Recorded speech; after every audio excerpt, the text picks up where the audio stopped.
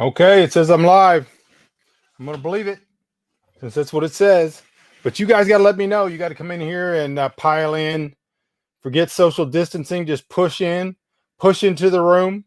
Let's get this area populated. Hello, Pat, out in Big Sky. My wife's here. Hello, Danielle. I love you. Great to have you all here. My name is Michael Bunker. This is the Bunker Nation Show, and I'm going to be your host for the evening. Hello, Keith. You guys tell me where you are. I apologize for being here in my underwear, but it's really hot and humid. It's not too bad compared to what it's been the last couple of months. It's 95, but it's like 23% humidity. We got a little bit of rain, but not enough to like do anything, not enough to grow any grass, just enough to make everything wet, including me. So I actually had a white t-shirt on. I'm doing fine, Elijah. Great to hear from you. Great to see you. And it got wet, soaking wet. Hello, Frank, down the road. Good to see you. You guys pile on in here. Hit the like button. That's what you should do. I've got some questions lined up. I've got some questions that you probably have. You need to put into the comment section. I've got some written down that have come through other formats, etc. Hello, Lewis in Mississippi. Hello, Ethan. Hello, everybody. You guys pile in here. You don't have to social distance. You don't have to wear a mask. Just pile in here. We're all going to hang out. I appreciate you guys. I appreciate you being here when you could be doing so many other things in quarantine at your house. Hello, Jeff. Good to see you. Good evening, everybody. So today's a Q&A, which means anything you want to talk about, any topic, any number of things you might want to discuss. Things are going pretty good here. Like I said, it's still hot. This has been pretty cool a couple of days, which means it's been around 95. Yesterday, the sun wasn't out, so it was really kind of nice. We had a breeze all day, but I didn't have any solar, which is why I didn't do a show. Today, we had sun all day, but it's been hot. It's been very humid. And like I said, I've already changed my shirt like 3 times today, so I pulled off my shirt and put it outside to go dry it off. And it's still soaking wet. So I'm here in my underwear. And glad that I've got that on because it's pretty hot and sweaty right now. But pile on in here. I'm with you. For those of you who are wondering why it's hot inside, it's because I live off grid. But I'm here to answer your questions. I'm an expert in quite a few things. Survival, preparedness. Let me look at my list. Off-grid cooking. Butchering, survival, Russian literature, living off grid. History. Writing, survival planning. Bartering, homesteading, book marketing. Preparedness, work ethic. There's a bunch of stuff. I could do that for about 20 minutes. What's up, Daniel? All right. So anyways, we got a lot of stuff we can talk about. I got a question up here. I'll scroll up. I got one early on from Frank. Several questions. What happens when the grid goes down and your life still revolves around electricity? Pardon me while I dab my brow. Still revolves around electricity. Well, hopefully you've taken the opportunity over the last 5 months of me browbeating everybody to practice. Theoretical survival is not good enough. You have to practice. So what I would do if you still have time and you have the ability, and Frank, I heard your power went out for some hours, is turn off the power and start taking notes. What things happen, what things don't happen, what things do you need, what things would you like to have, what things can you not do, what things can you do. Practice is something that's really, really valuable. What do you do with the food in your freezer and your fridge? What do you do with a kitchen full of appliances that just became trot line weights? Well, you answered your own question. Hopefully you're taking the time now when you have the opportunity, and we've been doing this for 5 months. Seems like 5 months. Hold on. March, April, May, June, July, August, almost 6 months. To either have or make sure you procure the proper tools to be able to can that food. Now, where you live, Frank, and where I live, things aren't going to be bad immediately. Even if we have a overwhelming cycle of social violence, systemic breakdown, if the election causes some type of electoral violence, if we have riots in the streets, if we have people dragging other people through the streets, all of that stuff's going to start in the big cities. And so wherever you live, you're going to be all right for a little while. Take that time. If your power goes out, which is likely, And we've already seen rolling blackouts. They're having rolling blackouts out in California. You're going to have a little bit of time. So what you want to do is have all the tools and the knowledge that you need beforehand to make sure that you can properly preserve the food from your freezer. So what you want to do is take a couple of days and you want to get after it. If you have a propane stove, which you should, and you can buy a propane burner. If you don't have a propane stove, you can get a propane burner at Walmart for less than $30. Get yourself a propane canister and start your canner.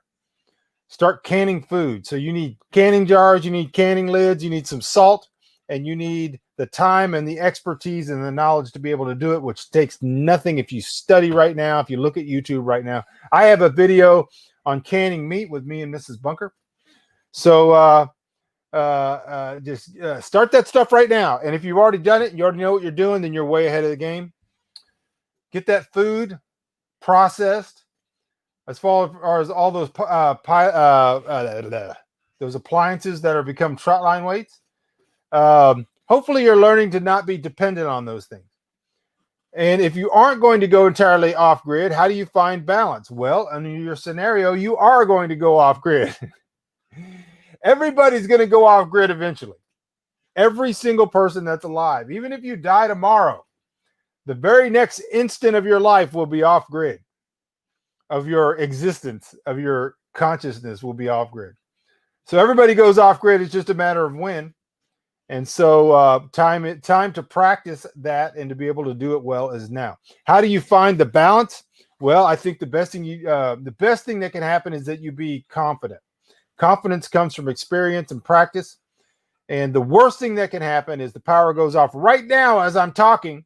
Everybody loses power all over the country, EMP, China attacks, whatever it is, and you panic, and you will. And people who panic give up.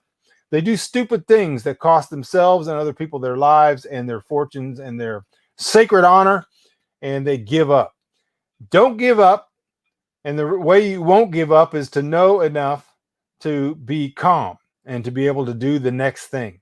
Always be able to do the next thing. Hopefully that answers your questions. If you guys have any other questions, type them in the comment section because I'm here for you. Danielle says she's ready to be off grid. I'm ready for you to be off grid, Danielle. Listening about survival skills in between bites of ice cream. I had Halo Top today. First time ever had Halo Top. Generator will buy you some time on the freezer. Vintage Coleman stoves can run on a lot of different fuels and they're cheap. Absolutely. Good advice. Mesquite coffee is not happening yet. I did notice that several of our mesquite trees do have pods hanging on them, but if I can get to it, I will be working on at least some mesquite here in the next week or so. We'll see. Can't wait to disconnect from all this madness. You and me both. I'm already disconnected, but I come down here and I connect just so I can talk to y'all. Pat says the lady I get honey from, when I called yesterday, she could not get any jars in Bitterroot. I don't know if you can still get them online. You should be able to. We had a little shortage here for a while. Just after everything started happening in February and March, Danielle and I were doing a lot of pork. A lot of pork. We have our fourth pig at the butcher right now. And we weren't able to buy pint-sized jars. We ended up getting 3/4 pints, I think it was, because they weren't available. However, now I think you can get them online. So look online. If not, start off with your dollar store, your Family Dollar, those type of things. I don't know in your particular area who might be carrying them. But the next thing you want to do is yard sales. I know I have a good friend that just got 18 cases of good quality jars at a yard sale. Do you play video games? I used to play. When my son was here, I really like them, and that's one of the problems is I really like it. And then you end up those things are designed by design to suck you into them, to get you to spend more and more and more time doing it. And I just don't have the time to apply to it to get good. So, everybody makes a decision now in these days with the high technology. And somebody out there's going, if you're off grid, how are you playing video games? Well, I have a modicum of power down here in my office where I am, which is not where I live. And down here, I could run the TV, which is how I watch YouTubes. I can run the laptop. I can charge that light right there. I've got a fan that's not going because I didn't charge the battery today. And it's hot and humid. You're going to see me dripping before the end of this. And that's because I love you all and I'm here for you. I love Idle Legend. Well, it's good, I guess, to love things. I don't know what that is, but I just don't have time. I do like a lot of the video games. I just don't have time to do it. Too much stuff going on. Got rid of cable last year. Good deal. We don't have cable, but we do get whatever we want to get, we can get through the internet. So I don't watch much except YouTube. I watch a lot of YouTube. That's most of, and I consider that research and study, just like reading books. This is one that I've been reading. I've been showing it on Facebook. Prophecies of Danielle and the Apocalypse by Isaac Newton. Not a dummy. Not particularly orthodox, but not a dummy. Hello, Hava. Hello, Scott Glenn. Anyways, I prefer to read books, but I do like YouTube because I think YouTube is a great tool. You can learn anything. You can learn how to can meat. I pull up YouTube anytime I want to learn something. The first video may not get me there. The fifth video may not get there. But if I watch enough, I'll figure out the gist of it. And so right now, YouTube's a good tool. Therefore, I'm here on YouTube. I took jars to her for honey because I listened to you many years ago about picking jars up at the yard sales. Yeah. And I still see jars at yard sales.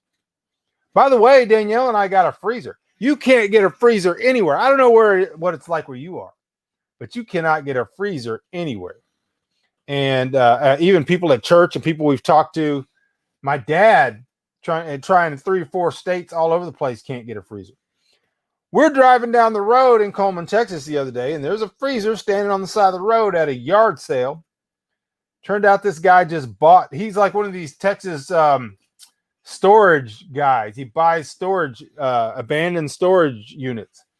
And there's a freezer sitting there on the side of the road. And so I bought it for $25, not knowing if it worked, and we took it down to the church because I don't have electricity. Plugged it in. That's not COVID. Cleaned it up, and it works.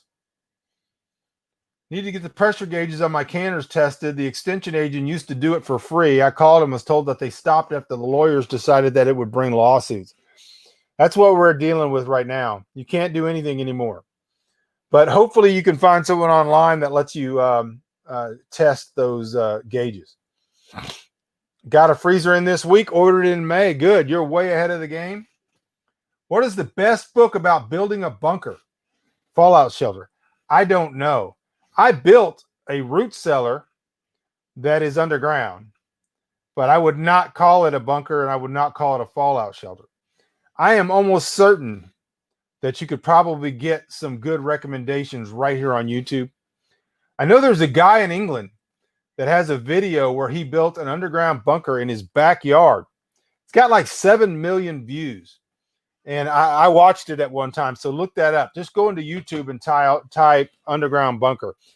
If it doesn't bring up me, then you'll be able to find hopefully some information that would help you. Hava says, I only have a full-size upright freezer because it came with my rental house. Well, the full-size upright freezer is better than nothing. And that's what I found on the side of the road that I bought for $25 that actually works. Hey, guys, I didn't do the box. I got to do the box thing. I can do that real quick just because they say you're supposed to do stuff like this. It's branding. So I'll be right back.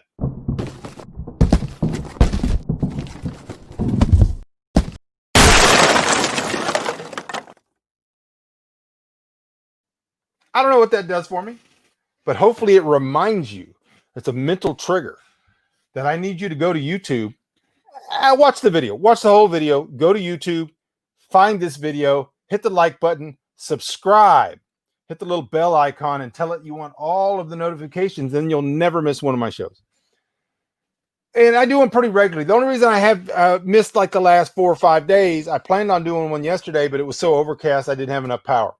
Very, very soon. We already have a plan. Maybe next week we're going to be getting some batteries from Sam, some 6-volt golf cart batteries. My dad is going to be bringing them down, and I'll get those installed sometime over the next week and a half, 2 weeks. And hopefully that's going to solve a lot of my not able to do a show problems, because that's my big issue right now, is I just don't have enough power when the sun's not out. All right, you guys, get your questions and comments in. I want to talk about whatever you want to talk about. I got some questions written here that came in through other formats, but I would just as soon serve those of you who are here. In case of a freezer runs on that runs on propane, that's good. Thank you, Hava, for that. I appreciate the super sticker. That's how we keep being able to do this. Everybody that can, if you can do a super sticker or a super chat, those things are very, very helpful. Freezers that run on propane are very expensive, but you can find a generator that runs on propane, which accomplishes the same thing. You can find a multi-fuel generator that runs on propane and that runs on gas, and sometimes triple fuel that'll also run on diesel fuel. And when you get that, you can, of course, you said no generator available, but I'm saying if you have the money and the time and you're thinking about buying a freezer that runs on propane, go ahead and buy the generator that runs on propane. Then you're not just stuck, it doesn't just do one thing. Your generator can run other things. This seat is so loud. One of the things, and it's not going to help this situation, one of the things my dad is bringing down when he brings the batteries for my solar trailer is a chair, but it ain't going to be this kind of chair. I need one of these kind of chairs, because this thing is so loud. It's very irritating to me. But I thought about that a lot. You know, I almost went at one point and bought a kerosene, Amish kerosene freezer. And I just thought, you know, if I have the money, when the time comes, I will get a generator that runs on double or triple fuels, and then I can be able to just run a regular 12 volt. And then if I don't, because you don't need a freezer. Nobody needs a freezer. Nobody even had a freezer till 1860 something. So you don't need a freezer. A freezer is a bonus. It's great to have, but don't start thinking you need to have it. If you have that generator and it'll run any number of fuels, then you can do stuff that's more important than a freezer, like power tools, battery backup, charging, and all that kind of stuff. Have you ever made processed ingredients into fuel? Possibly the kind of fuel that you could also drink. Possibly I did that and showed it readily on my Facebook. Those of you who are not following me on Facebook, go to facebook.com/offgrid. But it's possible that I took, or somebody who looked like me took corn and went through a process of science and produced a fuel type substance. Root cellar is the first project. You're right. And it should be. Definitely should be the first project. The first and most important thing that you do when you get to your land is you want an underground area that's cool or warm. And you can buy stills. You can buy them online. You can buy them on Amazon. They're not for producing alcohol for drinking, but you can do it for making alcohol for essential oils. All right. PJ and I are on our third free freezer here. Found all of them sitting on the side of the road in our neighborhood. I bet you see fewer than you used to. Very difficult to find. And if this guy that had bought this storage container or whatever, storage locker, had known what freezers were going for, he would not have sold me this freezer for $25. Danielle did a great job cleaning it up, and it's going to do us some good work. We've got it at the church because we don't have power, and we're going through the process of getting this fourth pig processed. And then we may do one more pig before the end of the year. So we got a lot of meat in the root cellar. We got a lot of meat going on. All right, let me read some questions here. If you guys have questions or comments or anything you want to talk about, Put them in the comment section, wherever you are, whatever platform. I'm broadcasting on 3 Facebook platforms, YouTube right now, and Periscope. Pretty soon we're going to be on Twitch, and there's a couple of other ones I'm trying to work on that we'll be doing. I see if I can get my glasses out of my hair. I had to pull my hair back because it was so hot and sweaty. Our local used appliance store had 6 freezers stolen from them. I'm not surprised. All right. What foods should I be buying right now? As I've been saying since February and March, an opposite of my fitness channel, you want to be buying for storage. I'm trying to get rid of this thing. Hold on just a minute. For storage and for preparedness, you want to buy high calorie dense foods that don't require refrigeration or any that can be shelf stable. That's different than I would tell you if you were over on my fitness channel. On my fitness channel, I'm telling you that you want low calorie dense foods, and there's a difference. High calorie dense foods are foods that generally have a lot of carbs or a lot of fat, not always a lot of protein, but sometimes they do. They are shelf stable, and you can eat a lot of calories to keep yourself going, to keep working without having a lot of mass or it taking a lot of preparation, storage, fuel, etc.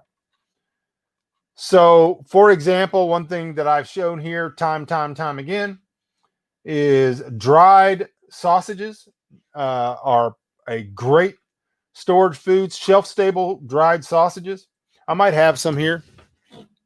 I don't know if I do or not. I'm wearing pants this time. So let me see what I got. I've showed these before. Prasex Smokehouse. These are dried, semi-dried, and they are shelf-stable. Dehydrated foods, of course, are good. You want to be able to have something that doesn't take a ton of room to store it. So you think about your calories and think about your space. So your mass and your calories and the fact how much preparation it takes.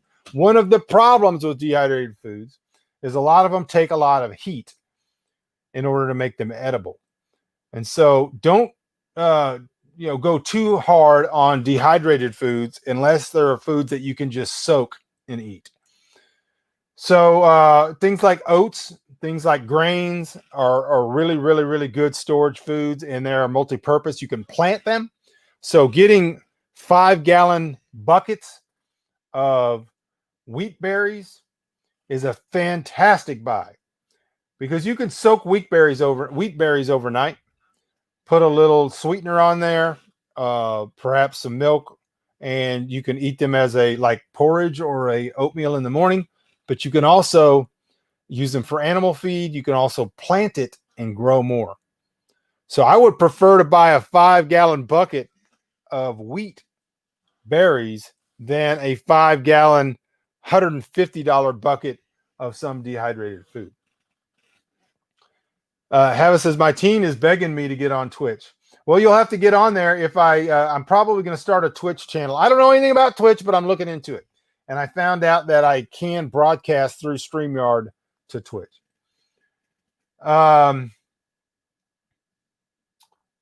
Dazukes has good sausages too. If you have a link, normally you can't put links in the live, but you can put them after the show's over. Go down to the comment section, put a link if there's places where people can go buy foods, dehydrated or dried sausages and things like that. Have been putting bay leaves into food buckets to keep the bugs out. That works very well. Bay leaves are good. Also, rotate your foods. Don't have so much put up that you can't eat and process and actually use it. You want stuff that you use, and the stuff that you use, you're more likely to continue to procure and to continue to rotate. so that they don't go bad. So that was one of the questions was what about non-food products would you be buying right now? Oh, the number one thing I would be buying is tools, first aid, high quality first aid, not Walmart cheap first aid kits. Get online, find an EMS, emergency medical first aid kit with a surgical kit, and buy that. Have it for your household, have it in your car, whatever. I would definitely be buying non-powered tools, hand saws, learn how to sharpen a handsaw, hammers, things like that. Ammo, you're definitely right. One of the best tools that you could buy. Hello, War Dogheim from the blue skies of Montana. We're having a great show, answering questions and talking about stuff, preparedness stuff. But I would go down that list. I would start with tools, first aid, high quality first aid. Don't skimp on the first aid.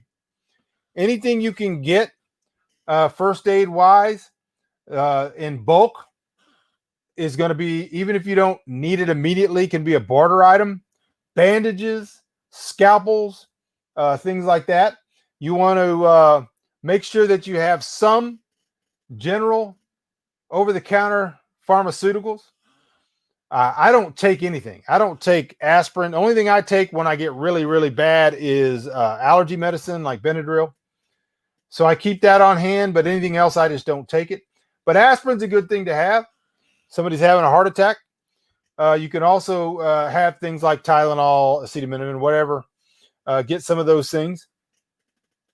Monthly supplies for the girls, absolutely. Here's one of the exercises you can do. Sit back and go, what do I not want to not have if the crap hit the fan right now? That's why everybody went and bought toilet paper. They aren't stupid. Not a good choice. Not the first thing, not even one of the top 20 things I would have bought. But the reason that people went out and bought toilet paper, because in their narrow experience, the one thing they could think of that they did not want to do without was toilet paper. This is a mental exercise. Sit back and go, what do I not want to do without? And if you don't want to do without it, tinfoil, toothpicks, paper towels, whatever it is. I'm sorry that my phone dinged. Somebody doesn't know I'm doing a show, should be watching it.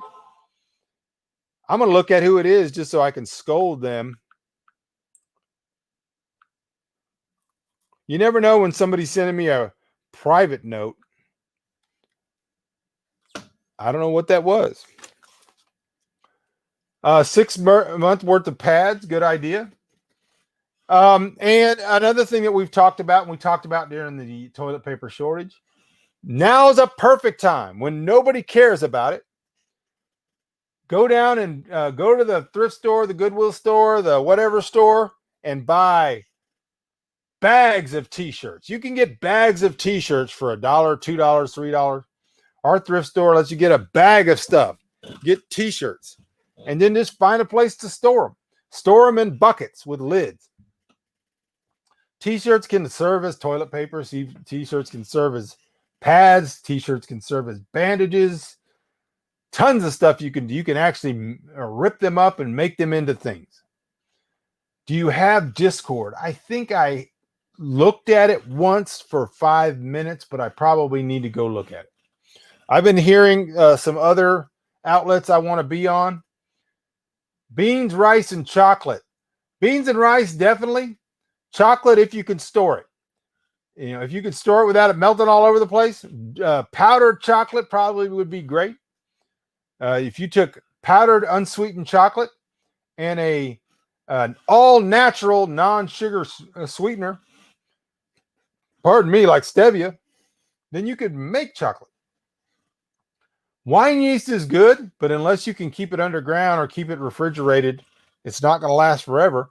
So what you do with wine yeast is you make wine. Then you store the wine with the yeast without filtering it. Then your wine has wine yeast in it and is usable for making more wine. That's a great idea. Do the same thing with beer. You can make beer unfiltered. You get a yeast slurry at the bottom of every bottle, and then you use that when you need more yeast to make more beer. I understand what chocolate's for. I'm just saying it's not the easiest thing to store. That rhymed.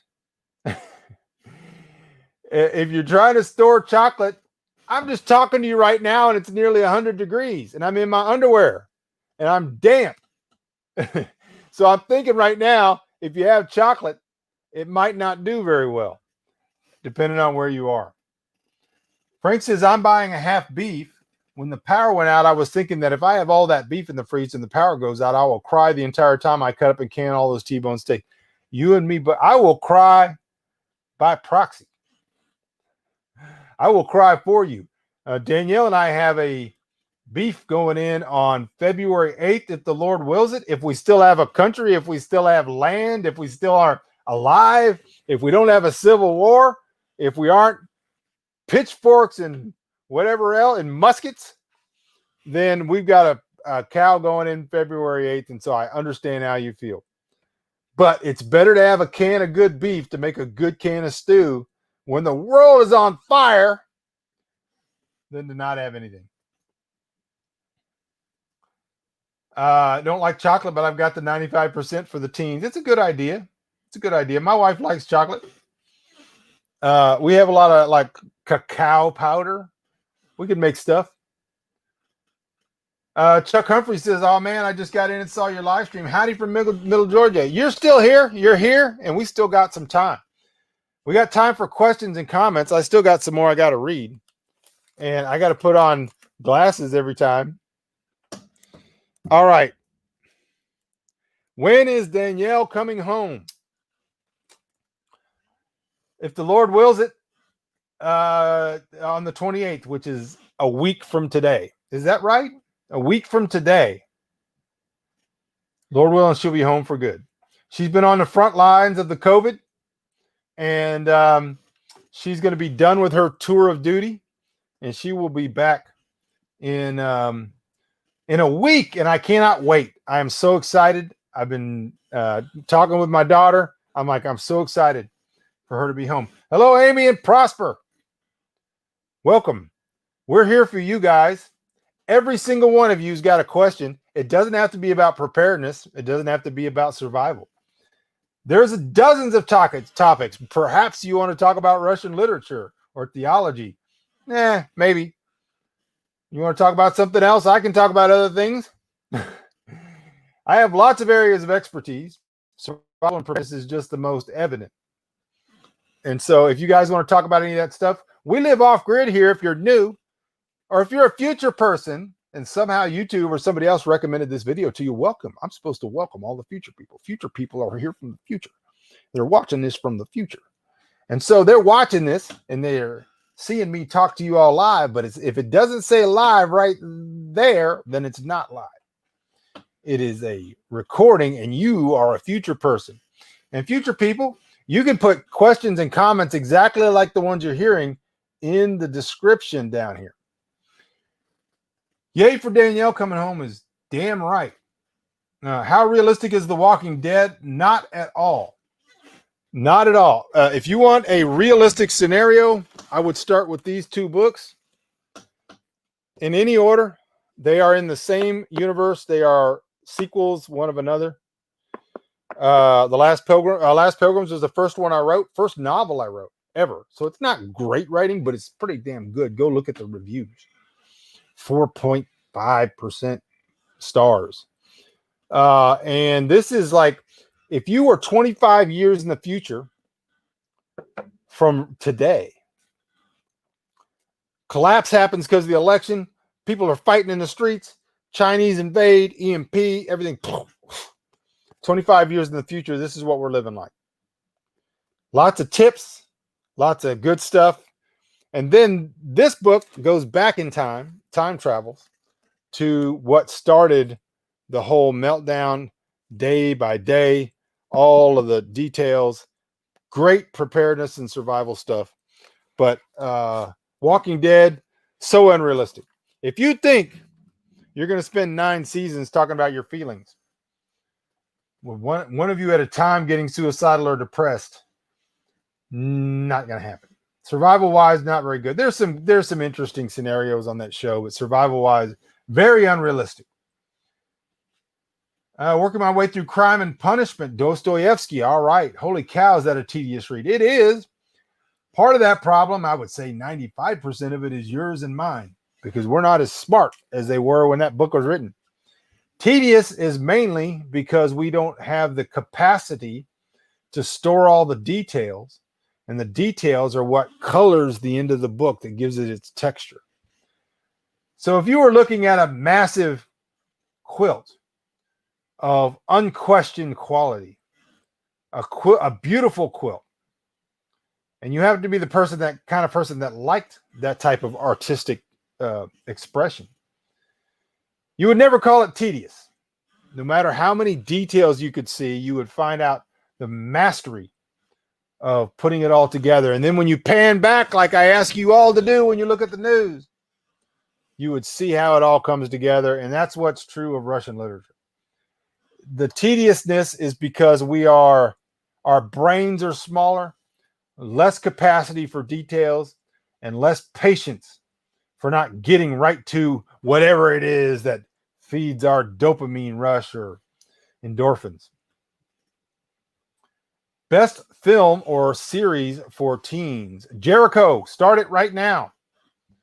Definitely watch Jericho. If you haven't watched it, watch it again. If you have watched it, watch it again. If you haven't watched it, watch it. Excellent thought processes the people actually went through thinking about what it would be like.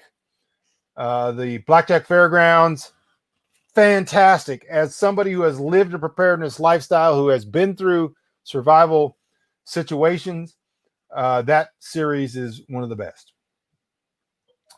Do you think it's going to become more common for people in the suburbs to need to defend our property or leave?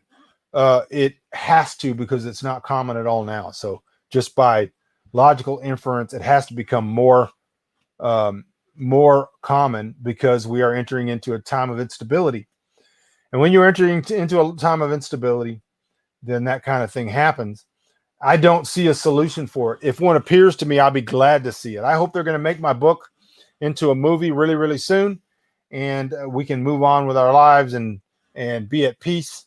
But I just try every day to find a route out, and I have not been able to find one. All right. Chuck says, I want to start reading your books. What is the first one I should read? Okay. If you want to start reading my books, not particularly looking into preparedness or survival, there's a couple I would recommend. Oh, give me a second. I have pants on.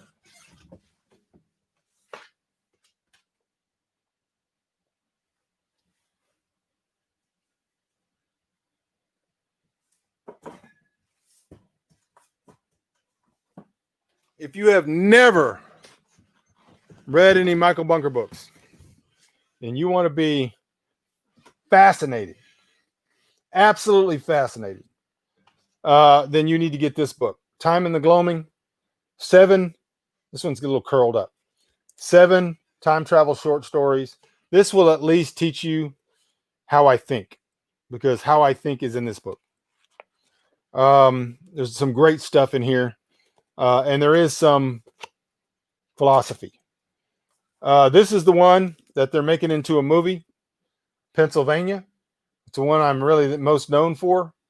This is being made into a major motion picture with Patrick Tatopoulos, the production designer for Justice League and 1,000 of they created the creatures for Independence Day, all of that kind of stuff. And he's making this into a major motion picture, Lord willing, as soon as our COVID stuff is. Brother Frank. Now, I didn't get to Brother Frank. And I have the old version before the name was changed. It's Brother Frank now. This is Brother Frankenstein, but if I put my finger here, Brother Frank is the best book that I've written, fiction, the best story. It will absolutely, and it's in the same world as Pennsylvania. They're connected. You can read them in any order, but they're in the same world, and you'll see once you read both of them. I've written a lot of books, 12 or so that have not been published or have been published and are now unpublished. My mouse sticks. All right, I'm here for you. If you got questions or comments, anything you want to talk about. God in the Storm.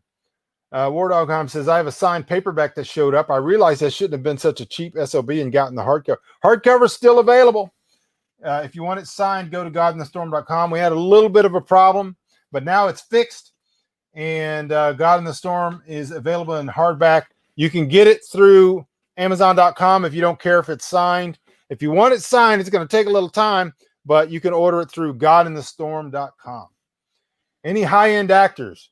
I can't say. Hopefully some things are going to happen pretty quick. Futurity is my favorite. Futurity is being rewritten. It is now well over 100 and something thousand words.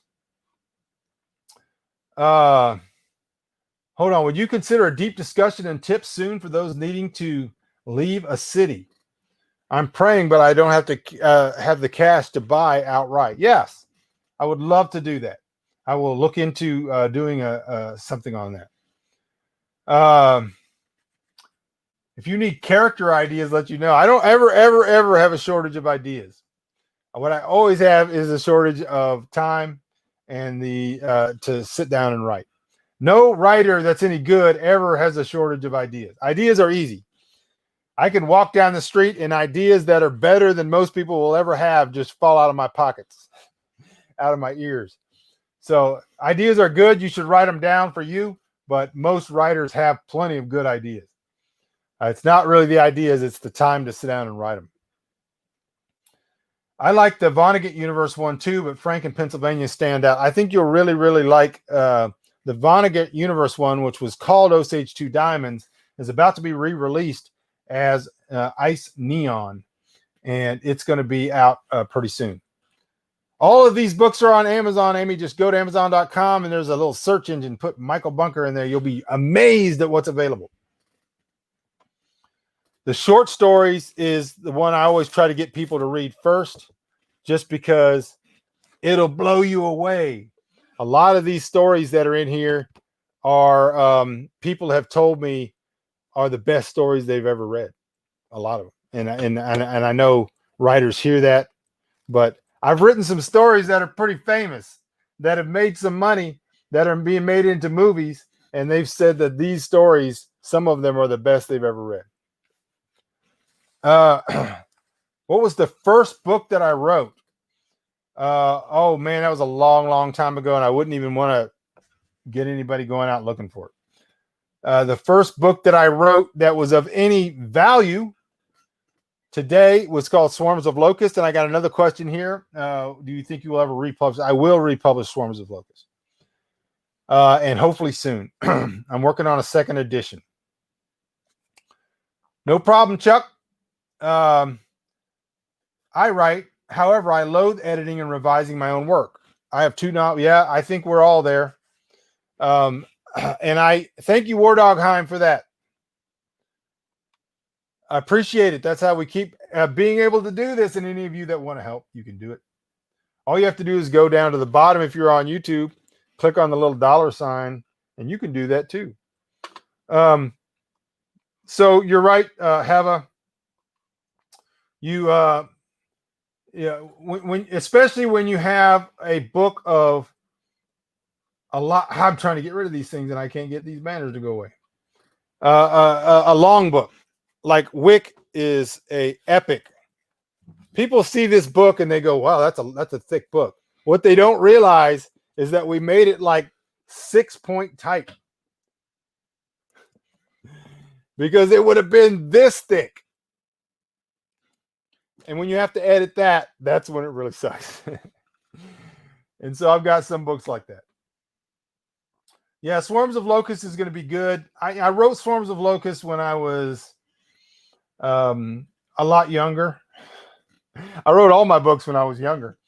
But I wrote Swarms of Locusts when I was a lot younger. And there's a lot more things I would like to go into to explain. And the second edition should be more in-depth, maybe a little bit more cerebral. We'll see. Cold Harbor, yeah, whatever. Don't care. Maybe someday. Joe says he's got an old copy of Swarms of Locusts. Would the second edition be noticeably longer? It will be noticeably longer. There's quite a few things that I want to add. And I've learned since then, and especially with our current political situation and Opus Dei, which I never even covered in Swarms of Locusts, I want to cover all that stuff. Do you use Scrivener or some kind of computer writer's tool? I use Word. I'm one step above George R.R. Martin, who uses like DOS. But I'm still using Word. Everybody tells me I should use Scrivener, but I've been using Word for 25 years, and that's what I use. Thank you, Hava. I appreciate it. This is what I'm talking about, y'all. And it helps. It's incremental, and it helps.